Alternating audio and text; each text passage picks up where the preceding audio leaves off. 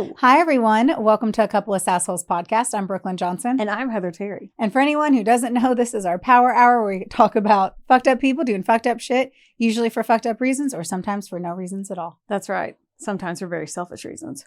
Ooh. Foreshadowing. Ooh. I was like, let me guess. Was that an Easter egg? Foreshadowing. Not an Easter egg. That was just foreshadowing. Anywho. Yeah. So this weekend was fun. Oh my gosh. We went camping. Wait. And I say we went camping. I went camping. It's not shocking for you. Right. Sorry, my chapstick fell. I watched it, which makes me now wonder if this table's crooked. I'm like, I don't think that should have just fallen right off there. It was a ghost.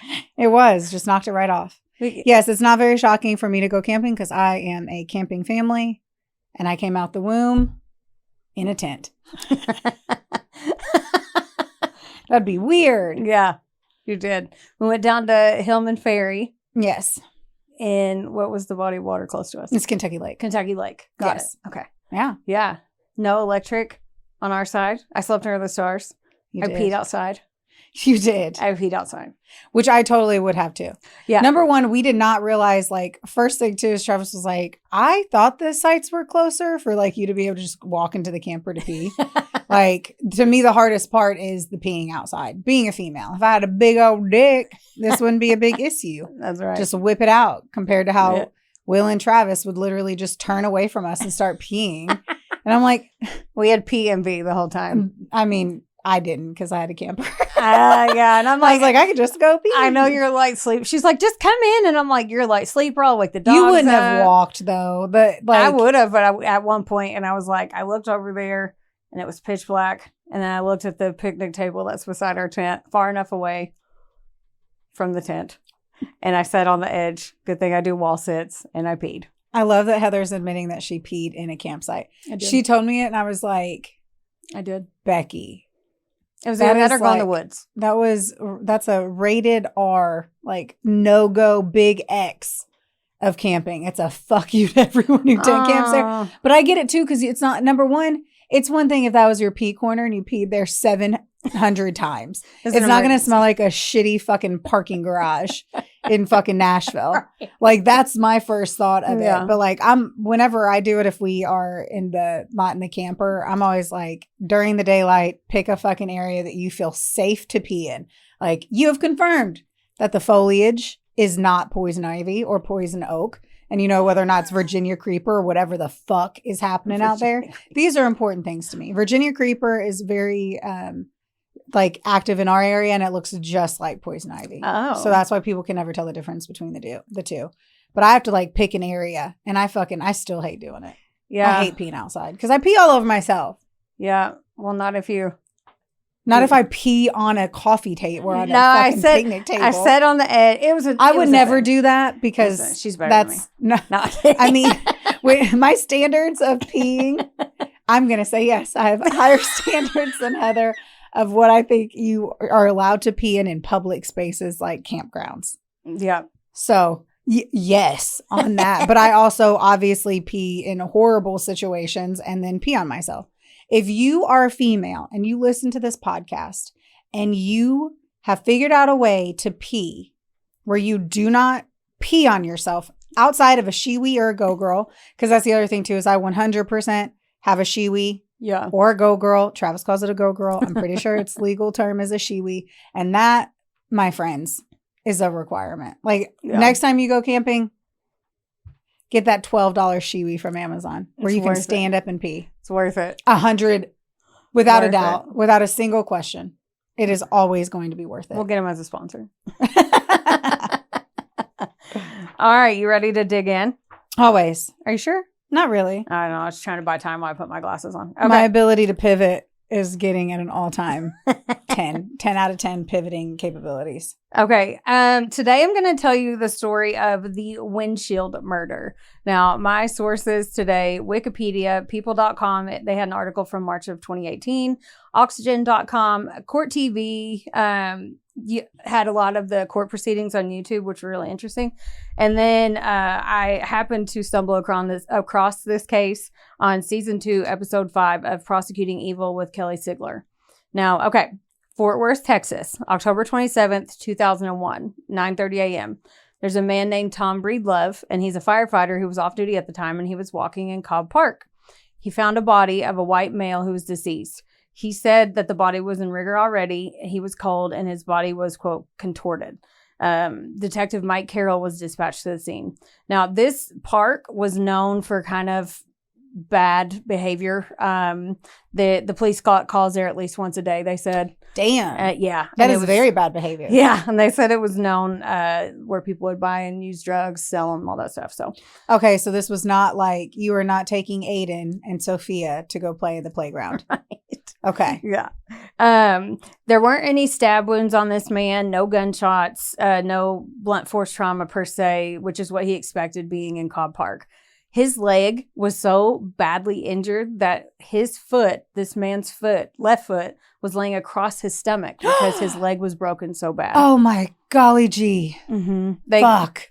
Yeah. Gosh. Like left up here and crooked, like bad.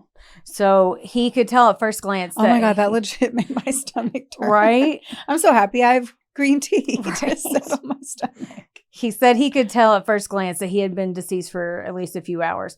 He did see one odd thing, though. His body was covered in glass shards. Near the body was some deep tire tracks, so he just assumed, oh, this man had been hit by a vehicle, unfortunately, in a hit-and-run accident of a transient person who was probably sleeping in the park. Now... That he was the transient person. The man that passed away, yeah. Okay. In Texas at the time, FSRA, which is failure to stop and render aid, was a second-degree felony. And the sentencing was 2 years probation to 10 years in prison when a death resulted in it. So it's a big... Wow, that's... Yeah. Okay. Like if you hit somebody and you just bolt, like you're going to 2 years probation if mommy and daddy have money. Or you do. That's what I was thinking. Yeah. Yeah. Oh, I'm going to give you a moment. I'm going to toss in something I can't even toss in. So I got a DUI when I was 19. Clapped me on my back for my shitty behavior.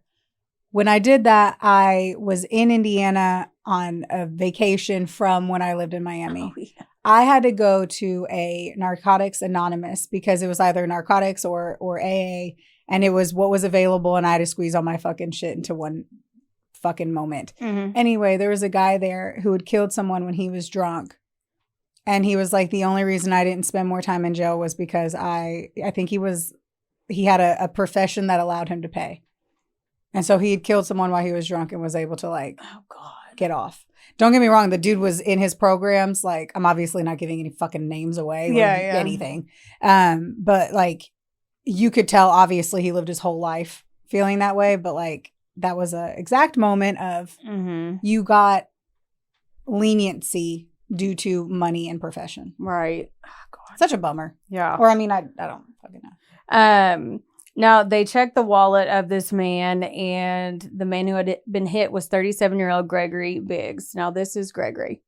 Sweet little man. He has a great smile. I know. He looks happy. He's so sweet. Now let me tell you as much as I know about Gregory Biggs. He was from Duncanville, Texas, not far from there. He had married his high school sweetheart, and then they had a son named Brandon, and that's him, and that's Brandon and Gregory when Brandon was younger. At the time of Gregory's death, he and his wife were divorced, so Brandon was officially his next of kin. And Gregory had suffered from some mental health issues and was actually living in a homeless shelter in Fort Worth at the time that he passed away.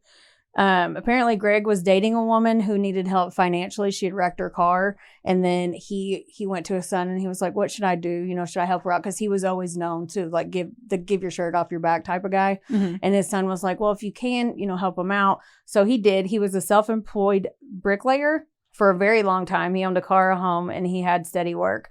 So sadly, after he helped, he couldn't make his truck payments. And then he ended up losing his truck, which spiraled into losing his career. And he was also diagnosed bipolar with minor schizophrenic tendencies. Man. So like after that, it was a spiral into all of this sadness. So that sounds terrible. How do you even bounce back from one, let alone all of it? It was like a domino effect. Yeah. And he was trying. Like they said, his son said his life was on the upswing when he passed away. You can tell though from like even that photo, they look like a 90s sitcom family. Mm-hmm. So yeah, like you could tell his shit was together. No part of him. Right. I wouldn't even, if you were going to do does the person look like they had mental health issues? I completely understand that that is not a look, if you will. But this guy, you would never. Yeah. Yes. It's definitely opens your eyes to stigma between like homelessness and like they just think, oh, he's probably on drugs or too lazy or blah, blah, blah. He just one choice and it went downhill from there. So October 28th, 2001, the day after Greg was found, an autopsy was performed. He had 2 broken legs. One of them was almost amputated. He had a broken ankle. His lower abdomen had a huge laceration all the way across.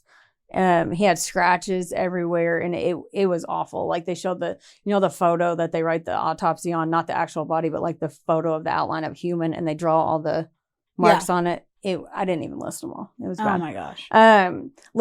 Lividity is the way that the blood pools after the body, in the body after the heart stops beating. Okay. And so due to that, they could tell that he was moved post-mortem to the park and likely struck by a car, but not there.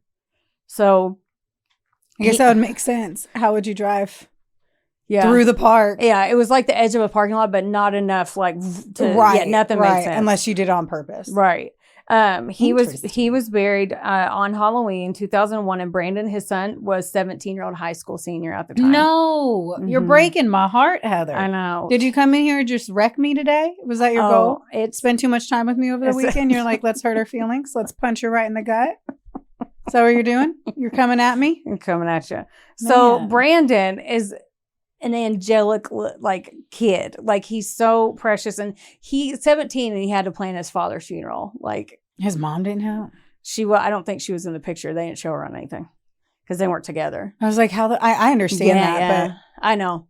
Oh my gosh. So 17. And he said on there that his dad was a really friendly guy, but he didn't have a lot of friends. So it's very, very sad. So like there was like maybe 10 people at the funeral. You're okay. Yeah. Well, when I start crying. Right. But he was such a good kid. And he said, quote, I think it's good to make my dad known for more, not just as a homeless man, because wasn't always that way. So who the hell did this and then ran away? They knew that. That was such an aggressive. Because it's like. The paper land. That's what I was laughing at. Like way that paper went, I was like, she's mad. I am mad. So they knew that they had to look for a banged up vehicle because like how bad Gregory was injured. Detectives they went on the news and they were like, hey, body shops anywhere. If you guys see this car, if you worked on a car that you think could be linked to this at all, they offered a reward and everything to look suspicious. But for 4 months, no leads, they didn't hear anything. And then February 25th, 2002, they got a call from Miranda Daniels and she said, quote, that article a few months ago about that hit and run? My best friend's homegirl is the one that did it. Just out of nowhere. Miranda had been at a party and this girl and the homegirl, quote, Chante Mallard, who said she was talking to her friend and she heard her. She goes, I drove home fucked up from the bar and hit, quote, some white guy with her car, is what she said. Now this is Chante. I know her. Yeah. You'll figure it out. Yeah. I'm not going to figure anything out. I'm sorry. My brain won't piece shit together. I just know that I have seen her. Right. At some point in my life. Since 2002 and on. Yeah. So she said that Chante went on to say that she drove all the way home with Gregory in her windshield. Halfway in, halfway out. Still alive. Went inside. Shut the garage door. Turned the light out. And went in. The cops were like, what? Like, how? What? So they're like, okay, we got to look at this at least. So thank God. Yeah. Like thank goodness. Yeah. They were like, this is the first lead we've had in 4 months. Like we're going to go. And it was a confession. Yeah. And so they said they got a search warrant for Chante's house to see. They were like, there's no way the car's still there, but we have to look. Like we have to. When she answered the door, they said, we're here to serve a search warrant. She didn't say what for. She just let them in and went and sat on the couch. First of all, just was like, oh, okay. And put her head down, didn't say anything, and just went and sat down. One of the female officers went and sat with her while they went in the garage. Okay, I don't know if anything could be more. Like at least red flag. Why?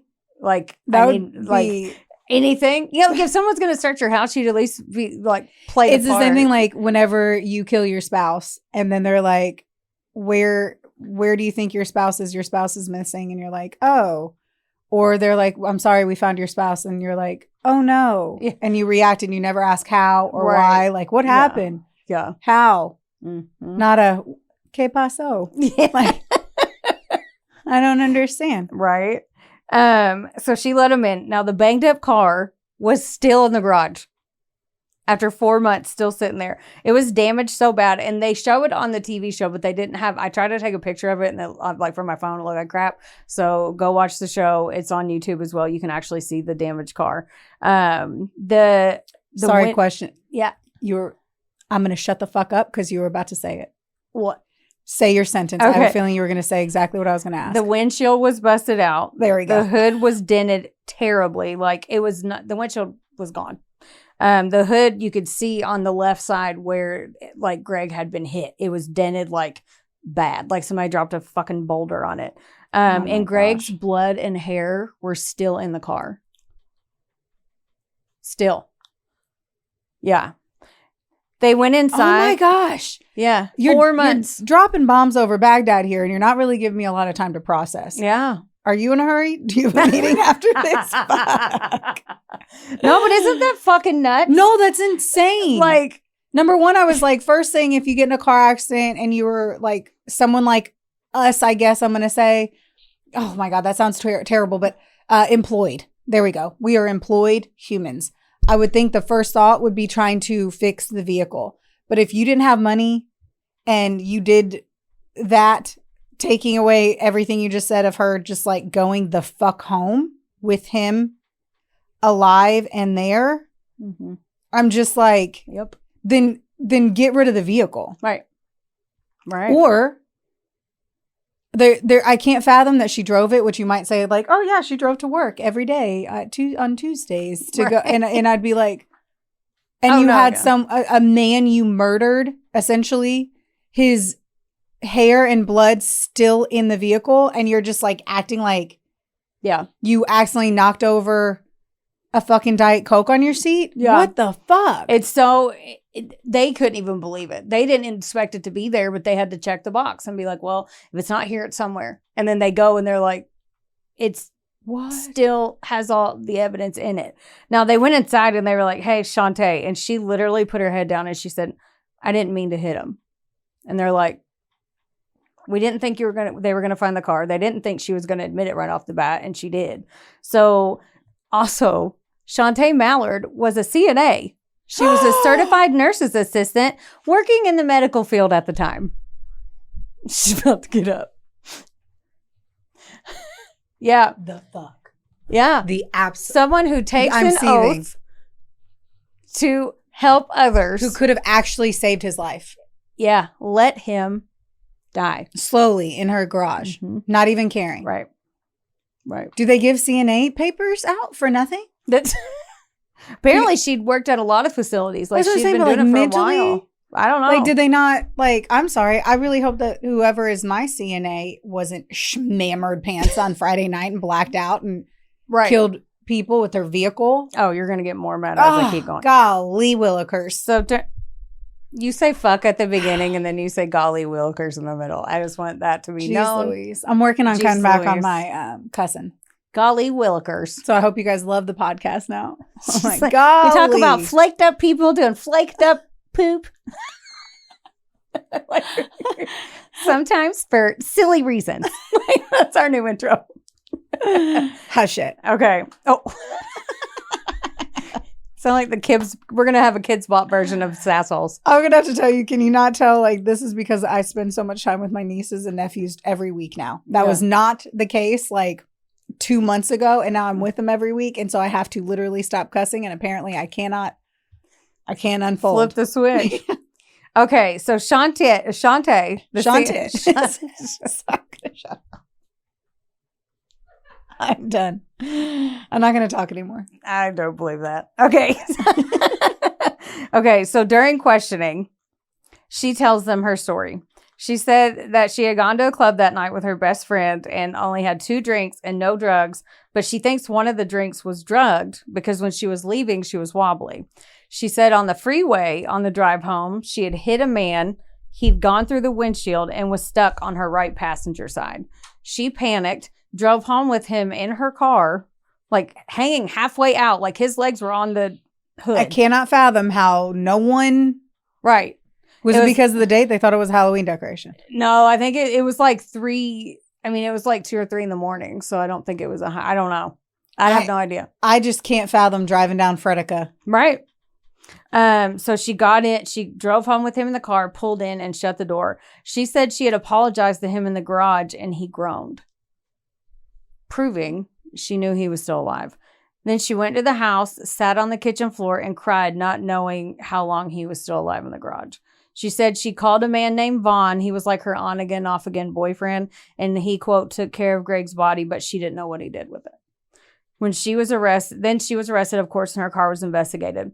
There was a fingerprint in Greg's blood that belonged to him on the passenger side. So he was alive enough to make a handprint, like it wasn't like his heart was still beating. Like he was still trying to fight for his life, which is so fucking sad. And this dude who's an on again, off again, just like gets rid of a body, and who knows if the guy was alive then or not. Right.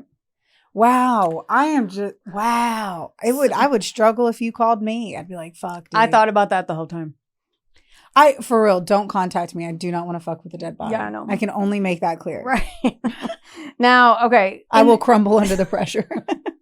There were what I was calling like desperation marks in blood. Like I said, he was trying to get up and get out. Like you could see it on everything and help himself because she just left him there with like broken legs, ankles cut in the gut, like awful. And he went face first, so he had to have been like, yeah. I'm sure the impact would have had to have knocked him out, and he only came to in moments. Right.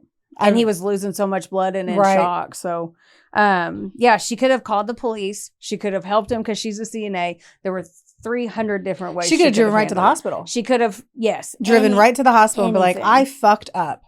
And I also want to tell you, this is going to piss you off, that this was, do you remember the Chevy Cavaliers? How small those cars were? They were like a little compact car kind of. I don't. But anyway, they're little. Like, they're not big. They're like as big as my other car was. And it's not huge. And so she's driving home with this man essentially touching her. Oh my God. On the side. Sorry, I'm looking at the vehicle. Okay. Cavalier? Yeah. Cavalier. 2000. It was. Who cares? Oh, that is a small vehicle. Yeah. That is similar to the old side. Yeah. Okay. Yeah. So it's. Oh my gosh. So his arm was probably on her leg. He was right here. Yeah. And she drove, I don't know how far it was, but she had to drive a little bit of a distance. So, okay. And it makes me fucking sick. On the Kelly Siegler episode, she said that if Chante would have called the cops, the evidence shows that there was a good chance he would have survived. And since she was a first-time offender, Chante could have just gotten probation and Greg could be alive. Like there was a chance she could have gotten off with just probation and he would have made it. But she did not. Okay, so who is Vaughn? The guy, like, who is that? Besides her saying he was her on again, off again boyfriend, she wouldn't say anything else. Then they go ask her friends and they're like, I don't know who the fuck Vaughn is. Who's Vaughn? Like, no one knows who this is. Let's just peep those phone records, people. Right. They went to her best friend, Talisi. She goes by T, though. So T, and her last name was Fry. So T Fry. I know. I was like, I like that. I was like, Heather likes that. So T Fry. And in Texas, they have to like get up in front of the grand jury like before they actually go to trial. So in April of 2002, they got T Fry up there on the stand. She says, quote, Chante came over the next morning and we went out and didn't mention it. I never saw her car, basically saying nothing. They knew she knew more though. So like she was like, I didn't see her car. Like she came over the next day. Just fine as a frog hair. Mm-hmm. They're like, cool, okay, so we're gonna pull your phone records because we know you're lying. Duh. And they talked several times that night. After reminding her, they were like, T-Fry, listen, like, you know you could get perjury felony charge, right? Because we know, we're showing you lied, and we can charge you right now if we want to. Basically, like, what are you doing? Fucking tell us. Yeah, so she's like, oh, okay, well, give me immunity and I'll tell you whatever you want. Because, yeah. Immunity? Mm-hmm. What did you do that you need The infamous immunity word. The only time I need immunity is a nice immunity shot in the wintertime. This is nonsense. This is not. What did T. Fry do? Is T. Fry Vaughn? I'm not ready. I can't cope. You do such a good job telling me. I know, but you're like, this is not one of your true crimes. You're acting like this is like a fucking book. Like Alice Feeney didn't write this or whatever. Like, I'm like, hang on. Kind of wish she would have. It wouldn't hurt as much. Wonderboy Media is not only the proud producer of this glorious magic imploring your ear holes right now, but they're also a big deal. Get in touch with them today to make all of your dreams a freaking reality. From using their bangin' ass podcast studio, where we are right now, to creating amazing videos and editing our content like the mystical mavericks they are. Your podcast can go further when you have a Wonder Boy. Hit up Drew today at WBOYmedia.com. Or text him day or night at 270. Just kidding. Does your face look like a mugshot lately? Then it is officially time for you to visit Hetef Aesthetics in Owensboro, Kentucky or Nashville, Tennessee. That's right. Go see our girl Amber Teasley and her team because they'll have your face and your skin look like a damn filter. And their staff is absolutely amazing. It's like a mini Botox party, which personally is my favorite. You leave looking fresher and you don't have a hangover. Another good thing is that if you go in there and you tell them that A Couple of Sassholes sent you, you get 15% off of everything. That's unbelievable. So if you have been considering getting that glow up and making that ex jealous, it's time. Okay, so T started talking to save herself. So Chante came over to T's house after work. This is what happened. Okay. She comes over to her house about 10:30. They get ready. PM, AM? PM. Okay, sorry. I'm so old, I'm like... You're like, I would have been in bed for 3 hours. If I came over at 10:30, you'd be like, what the who's, why? Why are you here? Unless it was a Friday and you wanted to come watch a movie and go to bed. Yeah. I made popcorn. Okay, so they go to Joe's Bamboo nightclub. Say that again. I hallucinated. Joe's. Yeah, it was a fever dream. Joe's Bamboo nightclub. I thought you said beer. Big Bear nightclub. I was like, it was a gay bar? No, and at 11 p.m. and they stayed until closed until 2 a.m. She said they only had 2 drinks, so Chante was like, I'm going to drive home. T said that Chante called her at 3 a.m. from her house and whispered, come pick me up. So she does. No questions asked. Like, what happened? So she runs out. Because she starts to get out of her car and go into the house. So Chante runs out to T's car and they drive around and talk about what happened. They eventually went back to their house, to Chante's, and T actually saw Gregory's body in the garage deceased, which shocks the fuck. Like, she was on the stand, like, pretty much shaking. Like, I saw this man in her garage. T is like screaming at her, like, call the cop. What are you doing? Call the cops. Why? Like, and she refused. So T got mad and left. She was like, and didn't call the cops. Exactly. Not letting her off the hook. Understood. Yeah, but I will highlight she did not call the cops. I would have been like, I'm fucking calling if you don't, so you better. I guess it's a little, I don't know. I'm going to say something that like is totally worthy of me getting obliterated online, but like I can give her the benefit of the doubt taking time to eventually contact the cops, but because he was deceased. Mm-hmm. There was no fixing or undoing. But if he was alive and she saw that and didn't like fucking call 911 right then. Right. I guess life versus death. Right. If she was in a crazy state herself, that I couldn't even imagine what that would wreck your body. Right. Like that's crazy. Yeah. Chante Mallard was officially indicted on April 25th, 2002 for felony murder and tampering with evidence. They still don't know who Vaughn is until they got an anonymous tip out of nowhere. They never checked the phone records? No one named Vaughn. I know, but they could have, anyone that she would have called that day. They would have just assumed it was a bullshit name. Yep. And it would have, so sorry, real quick though. Like the phone record after 2 a.m. Yeah. If she's anyone from 2 a.m. until noon the next day, mm-hmm. or whatever time his body was found. I feel like that was a stupid move. Yeah. Very easy for me to say in my plush chair 24 years later. So Vaughn is Cleet Jackson. Now, Cleet, they call him. She made up the name Vaughn. What? Yeah. Like, that's what, yeah. Nothing. That's what I'm saying. So stupid. Yeah. So Cleet goes, yeah, I helped her get rid of that man's body with my cousin Herbert Tyrone Cleveland. Like, he immediately is like, yeah, I helped her. They both had criminal records, so they were eager to testify for the prosecution and flip on her to get lower sentences of 9 to 10 years in prison apiece. because they had been in and out of jail or prison or whatever. So would they have gotten 9 to 10 years? They would have gotten more in Texas, I think, because it's like they like lump a lot of their shit together. Sorry, my question was, would they have gotten that much if they didn't have a record, or was that the number because of their record? Do you know? I don't make that clear. I don't know. Okay, I'm like 9 to 10 years for, hiding a body. Yeah. Though we've been doing this for like 4 years and we have like 170 episodes, I'm still flabbergasted by law. Yeah. Oh, me too. And it's different for every state. Right. And like, and times. So that's what they kept saying on the show. Well, back in 2001, so back then they would have gotten a lot more, but the cops were like, look, you have records and we could throw you away pretty much for like forever. Then they should have. And yeah, but like the guy was like, I'll testify. Let's do it. Like apparently they were asking to testify like early on. Her trial officially began on June 23rd, 2003. And you can imagine like June 23rd, this all happened 2000, you said 23 or 2003? This was 2003. Okay, so 2001, about 2 years. October. Yeah. Okay. Sorry, I'm trying to make sure. Yeah. I need a notebook.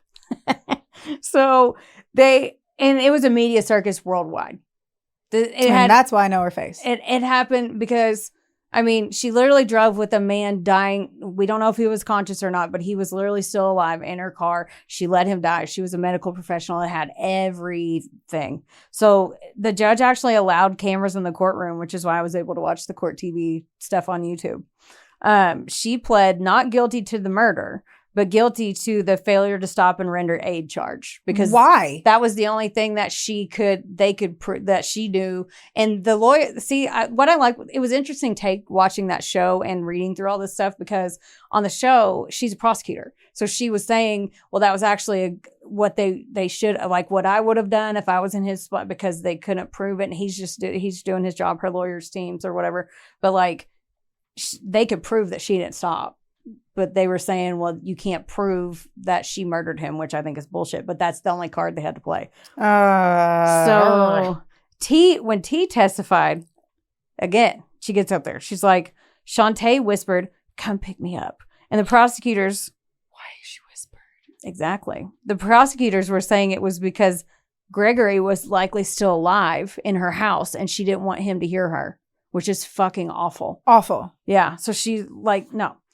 The defense went up there and said, well, she was under the influence of something she was drugged with. She panicked. She made bad choices. The medical examiner got up there and he was like, well, he died because of the injuries after the car struck him and he was left and not tended to.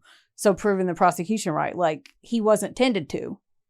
He could have lived. Right. To prove their point, the prosecutors did something abstract. Ooh. To paint the picture, they decided to bring Chante's car into the courtroom to show the jury. Now, they had to disassemble the vehicle into pieces to get it in there, but it still had Greg's blood on it. It still had the damage, everything. And they brought each piece of her car into that courtroom to show the jury, this is what she did. Like, and it gets me chills thinking about it. Get him, Tiger. Like, I actually teared up when I saw it again because I pictured like her, you could visualize it just from the car. It was sad. And his son, I'm sure, was in the courtroom. Right. And to never think you'd have to like, this is already so sad. Mm-hmm. It's already so sad. Right. But a hit, vehicular manslaughter is so fucking sad, but a hit and run is unlike anything. And we've also seen stories though too, where the people turn themselves in 2 weeks later because they can't cope. Right. We've literally seen that on the news too. Mm-hmm. And the fact that she didn't. Right. Wow. Right. Oh, and the way she did this. Oh, it's so terrible. I know. And then her friends got up there and then T was first and her story had more detail this time to save her own ass, basically. So T was like, okay, let me tell you what really happened. Chante came over to my house at 10:30, which she'd already said. She said they had a drink. They split an ecstasy, smoked a joint, and went to the club. So that all got left out in the original. So not only did T lie, but Chante had been lying the whole time on top of all that. Somebody drugged me. The fuck? You drugged you. That would have been the easiest answer. And because her blood alcohol level was 4 months prior, there was no way to prove that. Mm-hmm. I don't know how the absolute fuck you could drive on ecstasy. Like, no, I don't. That I have no understanding of why you even thought you could or why you would. No, like if I was going to go to a nightclub and just have a great time and I was like, I popped my pills, I got my joint going, why did you not get a taxi home? No shit. Like, this was 2001. They had Taxis were outside of that club, I'm sure. It was Fort Worth. It wasn't like the backwoods where they have like one taxi service 80 miles away. Like, that's the part that pissed me off. Like, is that the one part? The one, you know? No, but you're right. Like, how many times have you and I gone out where we're like, we are going to have, even if we have more than 2 drinks, by that 3rd drink, we make eye contact, we lock in, and we're like, all right, now it's time for a lift. Right. Someone's got to pick us up now because we're officially. Yeah. I just can't understand, like. Or pre-planned. They were. Right. Yeah. Anything. Yeah. Anything. I just cannot wrap my head around, like, you did all of that and you knew you could not drive. You are an impaired driver the second you smoked the joint. Mm-hmm. You were an impaired driver after popping 1 pill of anything besides aspirin or Tylenol or some shit. Man. So, I'm getting rowdy. Oh, yeah, get ready. So T is like, Chante, okay, so they went to the club. And then when they get out, they close it down. T's like, Chante, she looked at her, she's like, she's too fucked up to drive. So she drove them home to her house thinking, well, she'll just stay at my house and then she can get up, whatever. And then she's like, well, I want to go home. And T's like, well, I'll follow you home. And she's like, no, I'm good. And she just leaves. So the rest of it checked out. They drove around, like her whispering, come pick me up, all that. T saw Greg's body halfway out of the windshield. By the way, when T was testifying against Chante, which is her best friend, Chante had cried most of the court, like most of the time, like cried. She looked pissed. And when I say pissed, like if you would have moved the table, she probably would have ran at her and hit her. Like she just was fuming. Why wouldn't she be? You're giving me a life sentence. You're changing my entire story. Right. And like, telling the truth. Yes. Like, yeah. And she's like glaring, like, instead of like, I get you don't, right. You know, like, I don't know. I wonder how far away they lived from each other. I feel like it was like, she said she left her house at like 3 and then got to her house at like 3:30-ish, but the timelines are kind of. Well, she also got. Yeah. Including. Killed someone. Yeah. Because I'm like, I feel like the only way I could ratchet that around, like, you are 17 minutes from my house and that's too far driving, buzzed up. Like, I'm just going to say if I was going to be naughty, I'd be like, it has to be a 10-minute or less drive. Yeah. But obviously there were no fucking good judgment calls over here. Right. And then T got down and then, okay. Okay. When T left Chante's house, she's still telling her story. When she left, she called Cleet or Vaughn to take care of Greg's body. And Cleet had just gotten out of prison and he was trying to get his life back on track.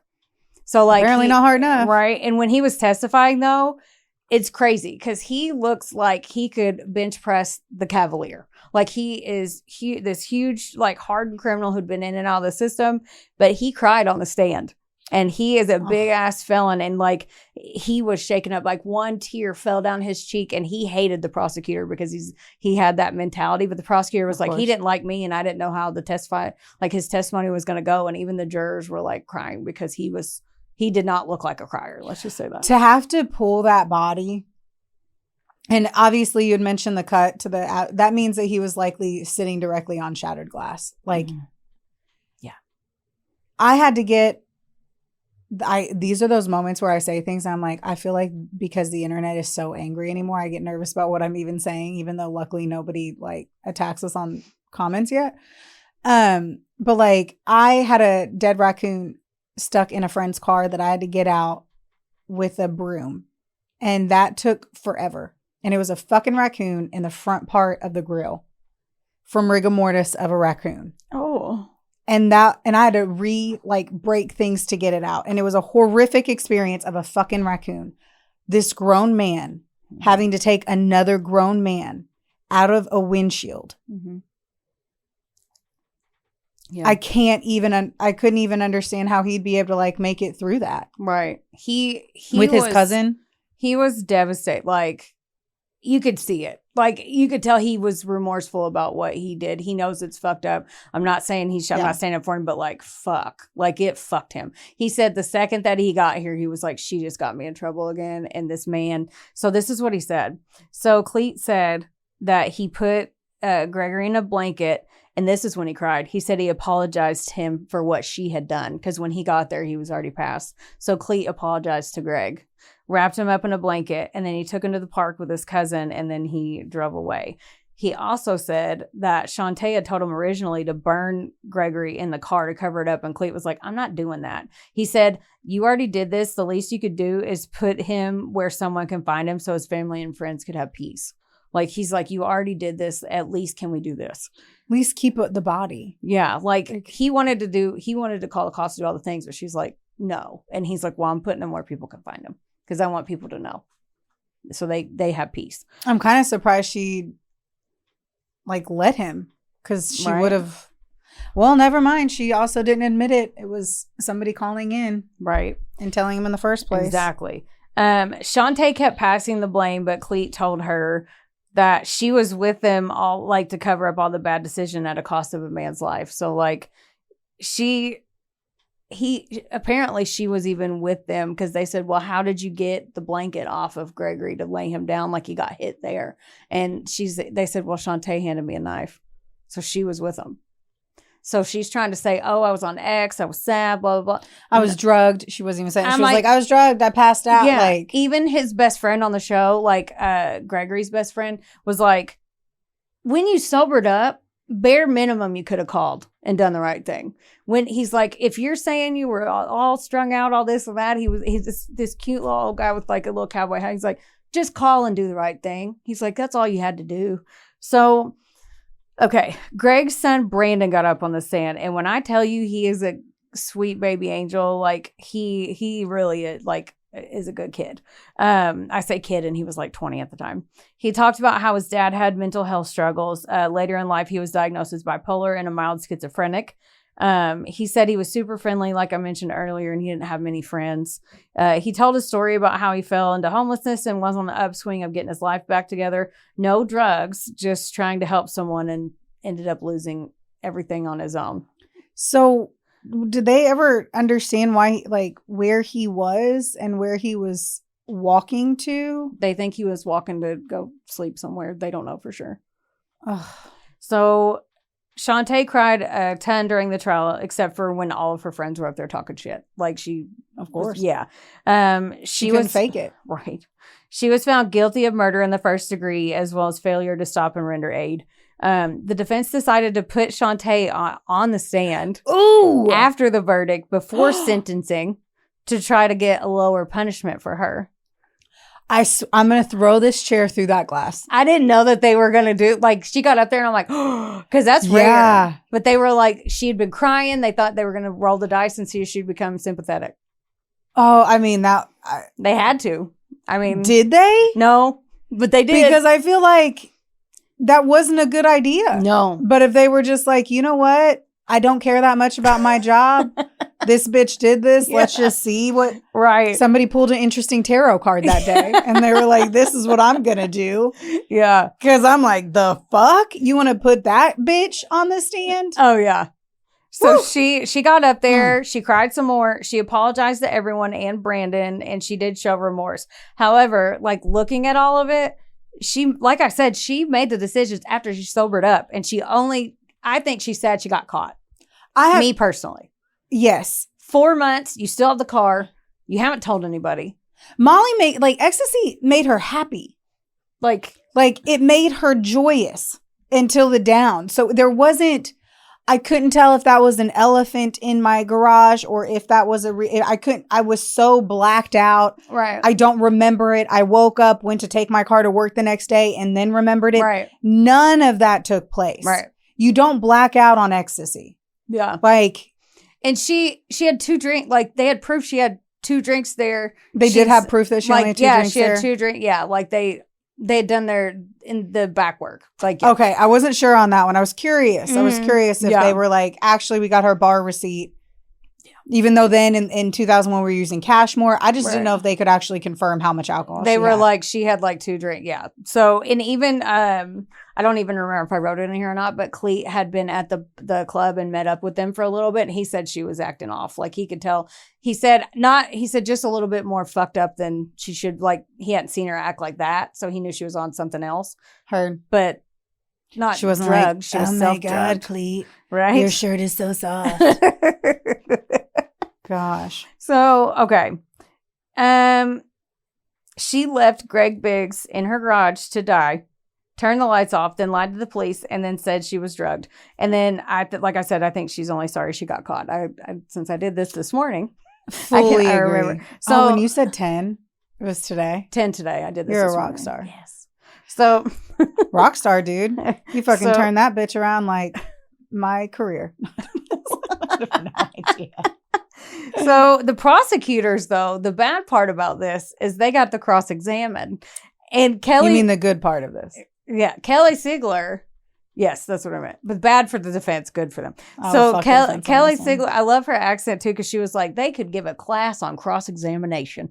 Like, because she's like, this was just, it was a shining light in a dark room or something, like some of this June bug on a horse's ass, or all, you know how the country things that they just All the Southern throw things we words say. together. Yeah, I say it too. I was like, bitch, you mean the way you talk? Right. Literally. Exactly. So I don't have an accent. So, okay. So they got to cross-examine her and they got to show how selfish she acted. She got flustered and they backed her into a corner so hard. So she kept trying to, she didn't do it. It was the ecstasy. It was this. And they were like, okay, so did you pull the car into the garage knowing Greg was in there? Yes. Did you know that he was still alive? Because in your statement, you said that he groaned when you talked to him. Yes. Okay, so you knew he was alive and then you turned the lights off and you shut the door. Well, I don't really know. I panicked. She's like, I made bad decisions. You turned the lights out and you shut the door. Like, they kept repeating her over and over, like, you have nothing to say, but yes, you did this. And she wouldn't say it at all. She was dancing around it, looking around. Like, I wish I knew what her astrological sign was. Watch the court stuff, because when I want to see this. When you see the court TV, you're gonna be like, what? How? Just say it. Like, everyone knows but you. Like, everyone is saying it but you. And she still never did. So she just kept saying she was sorry. It happened. I know you're sorry I got caught. So it backfired on the defense, needless to say.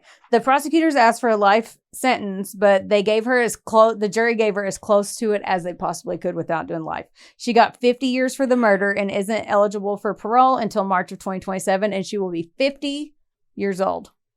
How old was she at the time? Like 27, something like that. Definitely old enough to know better, too. Right. This is a fucking, if there's a PSA in this, buzz driving is drunk driving is murderous driving. Right. Take a lift. Call a friend. Do not drive home. Right. If you have been drinking, doing any type of drug. Right. Even Delta, if you don't know how it's going to hit you. Right. Like, just don't do it. Right. Just a reminder, don't do it. So the shining light in this story, I think personally, and here's a picture of him, is Brandon Biggs. And that's the son, Brandon. He was 20 at the time. Making his victim, he made his victim impact statement while they held up a picture of his dad. And this is what he said. There are no winners in a case like this. Just as we all lost Greg, you will all be losing your daughter. To Chante, I personally would like to say that I would accept your apology. And in return, I hope that you would accept my forgiveness. Like, someone is better than I. Right. In response to this, his compassionate statement, Brandon actually ended up getting a $10,000 college scholarship from a group called America's Death Row Inmates. Dennis Skillicorn is on death row in Missouri and runs a newsletter called Compassion, and he heard about Brandon's impact statement, so they rallied the troops to help him. Apparently, there's inmates on death row that contribute to this thing, and they raise money and they give scholarships all over the country in the U.S. That's to amazing. families of murder victims. How did we not know about that program? I know. I thought that was worthy of a mention because Brandon... How did we not know that? Yeah, I had no idea. I can't believe I've never heard of that. And or maybe I have and I forgot. And I read an article that Dennis had said too, and he was like, look, we could at least do some good when we're in here for something we did that was bad. Like, you know that people reform. Like, people reform. People change. We can consistently act like it's a yes or no. If you're not embarrassed for the person you were 3 years ago, then you haven't been growing. So you know people change. Right. That's an unbelievable program. Yeah. We need to link it. I know, yeah. So, because $10,000, especially back in 2003. $10,000 is a lot. Either way now, but like 2003. So it's got to be like at least 15. That was a rough guess. So yeah, they all, because people subscribe and pay money to the Compassion newsletter, and he's the editor, Dennis is, and then they get to pick and choose where they do their donations. Brandon was a 20-year-old sophomore at the time when he made his victim impact statement too. He was studying at Southwestern Assemblies of God University in Texas to be a minister. Wow. Yeah, and that's the sad story, the loss of 37-year-old father and friend Gregory Biggs. Wow. He's my age? Mm-hmm. Golly, or he was my age. Mm-hmm. Gosh, man. Yeah. That is so fucked up. It's amazing that even through all of that, she never took any accountability for her choices. No. She said she messed up or something, but like she always, well, they did this, and then she kept trying to pass the buck even from the jump. That's what they kept saying on the show. Like she kept trying to blame it on everybody else. Whenever she could have been like, I made a horrible decision. I killed a man. I deserve my punishment. Call the cops. The fact that she was capable of living with that vehicle in her garage. Right. I still want to know how she was driving and getting around. Yeah. I like what was happening for 4 months, because if I just lost my vehicle, that would not work out in my favor to not be able to. It's not conducive to my life to be able to get to work. Right. But the fact that she was able to experience that, do all of that, loop in so many of her friends, and then ruin their lives. Right. Then be mad at them for admitting what happened. Yeah. And once more, still never taking accountability. Like, what the fuck? And she could have saved saved that him. She was a nurse. She could have pulled over. Even if she wasn't a nurse, she still could have saved him. Yeah. And then, so even, I didn't mention this, but the police, they were like, trying to rule out everything, because I guess the prosecutor on the case, they said he was really thorough. So he wanted to check every box and every angle to make sure that there weren't any loopholes anywhere that could trip him up, because this was such a sad story. So they drove from T's house to Chante's and then past where she hit him to see if there were, because it was, 2001, but there were payphones, there were pull-offs. He said there were several places that she could have stopped for help, like bare minimum. Pull into a gas station, anything. I mean, truly, if that happened, it's like drive to the hospital. Yeah. Like the only thing I can think is like get to the fucking ER. Right. Or the closest phone, something. Yes. Anything. If you didn't know where the hospital was. Yeah. But it's her house, from her best friend's house to her house. Yeah, she knows. She knew how the fuck to get to the hospital. Yeah. That's kind of like a minimal requirement. Yeah. I say that I don't know that I could get to the hospital from my house without using my GPS. I would have to go in a panic situation. I mean, I could, but also panic situation is a whole different. But she wasn't. It doesn't even sound like she was panicked. No, because she literally pulled into her garage and turned off the lights and closed her garage door. I just can't. She talked to him and heard him groan and didn't be like, okay, maybe I should try to do something. You're at home. You have a home phone, so you literally have no excuse. Instead, you call your best friend who has nothing to do with this shit, try to talk you out of driving, and then have her come get you, tell her what happened, and then she has to go through and see the body. Granted, she should have called the cops. I'm not letting Tifa off the hook, even though she has a cool name, but agreed. No. All of it, and they have done, there's a movie that they made about this called Stuck, I think. The fuck? Yeah. What a fucked up name. Oh, I know. It could be wrong. It was some one word thing, but I remember reading it. So just so you know, guys, that was a guess. I'm like, that is a fucked up name. That was a guess. I could be wrong, but it was something of that. I mean, it nature. makes sense to pick it, but fucking hell. And then that director had a warped sense of shit. Law and Order did an episode that was similar to it. And there's been a couple other things, but yeah. So in 2027, just a few years, she's eligible for parole in March. I'm curious to see what kind of prison inmate she's been like. Oh yeah. I couldn't find much on her. I tried to look up Brandon to see if he was like at a church, but like I'm sure life's probably treating him well because he's such a good human. He's been interviewed a lot by there was a lot of articles about him, like after the fact, people were like asking him about his compassion and how he actually was able to be the epitome of forgiveness because this person killed his dad by making a wrong choice. I don't know. The journey you have to go through, I presume, as a survivor of anyone in your family being murdered, essentially, and him for absolutely no reason, just wrong place, wrong time. Mm-hmm. The emotional, intelligence and serenity he must have is likely what also drove him to his profession, I would believe. Yeah. I can only imagine, because we get that from a lot of mothers, from daughters who were killed, father, all those things Right. where they're like, the only way I can live is by accepting your apology. That's the only way I can live. Mm-hmm. It's never that they're doing it for the other person. Yeah. They're doing it so that they can fucking breathe Mm-hmm. at least a little bit in between the pain of feeling the loss of a loved one. Right. That's Yeah. terrible. Yeah. Fuck her. Yeah. That's why I didn't mention her name after I didn't have to. I don't know. I also say that too, and that's so scary. Yeah. Driving drunk or driving fucked up, like Just be smart. get Don't a be- drive and or get a ride, and preferably not somebody else who's been drinking. Right. And her friend tried. I appreciate her friend on making those few attempts, Right. but it should have made. Oh gosh, shoulda, coulda, wouldas. Mm-hmm. Anyway, Well, that was a fucked up story. I know. And I'm sure Brandon's off doing big things. I'm sure he is. I'm sure he's doing great things. You would have read about it if he did. You know what I mean? It's kind of a good thing in these stories whenever you can't find a ton about them, because that means they hopefully have a peaceful, happy life and rebuild. Right. So, Right. and I'm sure if he has that much compassion and can keep himself composed like that, and has to basically grow up pretty fast. Yeah. If he was a senior in high school and his dad was homeless with all those mental health issues and then gets murdered Right. in an accident. So Well, thank you you're welcome. for that. Yeah. All right. Well, like, rate, review, subscribe. You know, it's always cool if you leave comments or if you heart anything or do a little double tap. Just a little double tap. If you have do a cameo. We'd be happy to do your cameos. Yes. We're on Cameo. So you want us to ask somebody out for you? We'll do that. You want us to dump them? We'll also do that. Happy birthday. Brooklyn will sing. I mean, if you're forcing that. Maybe we got to up the You price. probably don't want that. Pick her voice for singing, not mine.